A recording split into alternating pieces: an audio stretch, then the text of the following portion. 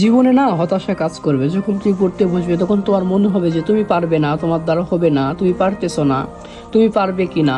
এইরকম হতাশা কখনো ভিতরে আনা যাবে না। এই পরিশ্রম করতে হবে যাতে করে আমি আমার ব্যর্থতার পরে অবশ্য এই কথাটা বলতে পারি যে না, আমি ব্যর্থ হয়েছি, আমি পরিশ্রম করি নাই তাই না, আমি পরিশ্রম করেছি কিন্তু এরপরও আমি ধরতে পারি নাই।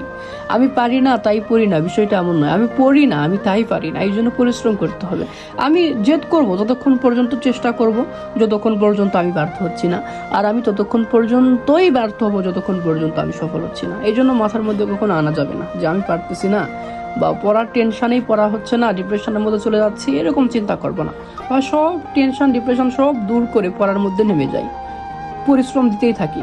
আগে পিছে কি হইবে না হবে এত কিছু না ভাবি, আমার প্রতিবেশী কি বলবে, আমার ফ্যামিলি কি বলবে, আমার ফ্রেন্ড সার্কেল কি বলবে, এত কিছু না ভাবি ভাই। আমার মরার পরেও সবাই সমালোচনা করতেই থাকবে, তাই কারো কথায় কান না দিয়ে আমি পরিশ্রম করতে থাকি। ইনশাল্লাহ আমি অবশ্যই সফল হব।